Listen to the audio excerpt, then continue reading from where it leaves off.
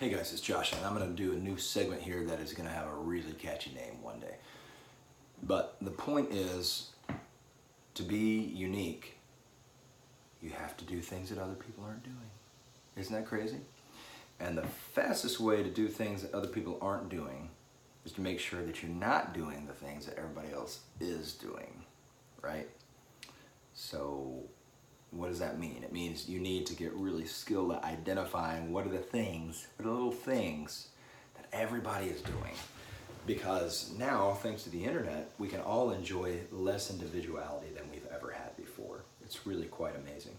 Now, I'm being negative, but the flip side of that is when somebody has a really great idea, it really gets out there. You know, it's a cool thing. So I've been hard on this one before, but I really shouldn't. I was just making a point. So this is the thing that's just out there. And I'm sure he wasn't the first to do it, but Matteo Sasato seemed to be the guy that really got it out there when you're like,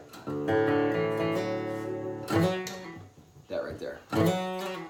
You're holding a note. If you're in the major key, this doesn't really matter, but you know the sound. But if you're in a major key, you're here on your mi note, your third relative to the root.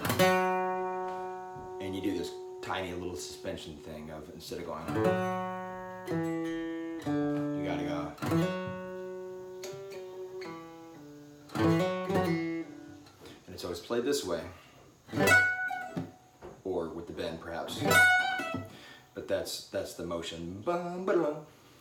It's a neat sound, and it really caught on to a disgusting degree, and then it became a problem. So don't do it. That's my advice. If you invented it, if you are one of the great users of it, I'm not talking to you. Who the heck am I? I've got like 100 subscribers, you know. But I'm just saying, if you want to do something different, the first thing you need to do is not do the thing. So, but you already know that lick, and it's already in your plan, right? I mean, it's really kind of like, there's a reason that it works. It's physically very easy, and there's a real evocative thing about it, right? It's the whole nature of a suspension, is that there's this extra pull, but it's just a micro suspension applied to the guitar. It works really well, except that everybody's doing it. So what do? You just change it, right? So let's cheat. This is the hack. So it's not going to be as physically easy, but what can we do with that? So instead of going mi, fa, mi, re,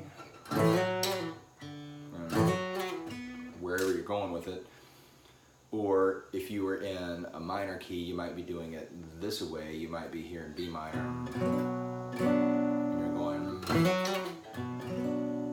or you're doing it bluesy like, where you're going.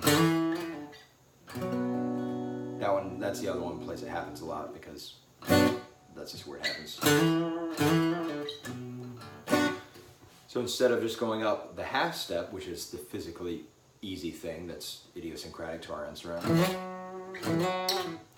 what if you just went, you gotta trux it up, you can do the Derek thing, and instead of just doing, you gotta go.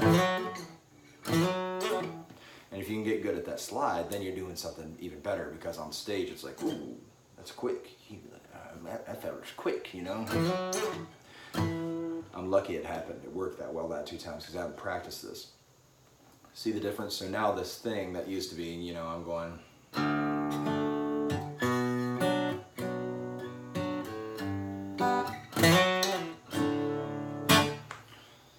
Okay, immediately, wait. Hey, that guy's really good. It sounded like 13 billion other guitar players on Instagram.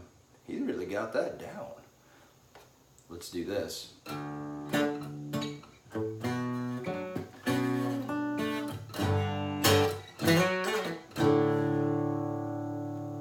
All of a sudden, you're not that guy. Hey, that was different. You're that guy, all right? So that's the whole thing. This is just one example, but what I want you to do is take all your licks, I can't tell you what to do with that one. You don't have to throw all your licks out. We can't just throw the baby out with the bathwater, because we do have instruments that have idiosyncrasies, that have idioms is a better word for it. They have things that just lay out easy. Just like on a piano, it's real easy to play a C major scale like this. So you're not going to be able to throw out all those things, especially the ones you've deeply trained yourself into. But what you need to do is start recognizing them. You need to notice when you're doing a thing that's really just a lick that you do because it's easy and it feels good. There's nothing wrong with that. But if you can recognize that, and especially the ones that everybody else is doing, and say, man, I really need to stop doing it just like that, right?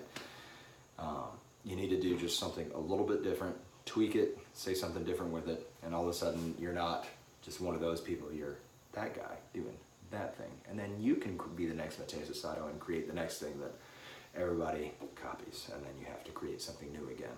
And that is part of the beauty of this little bird-like language of music we have, where we're all listening to each other and imitating, and hopefully every now and again somebody does something new, which probably sounds kind of crazy at first, maybe even bad, but if there's something to it, if there's a little bit of genius in it, it will catch on.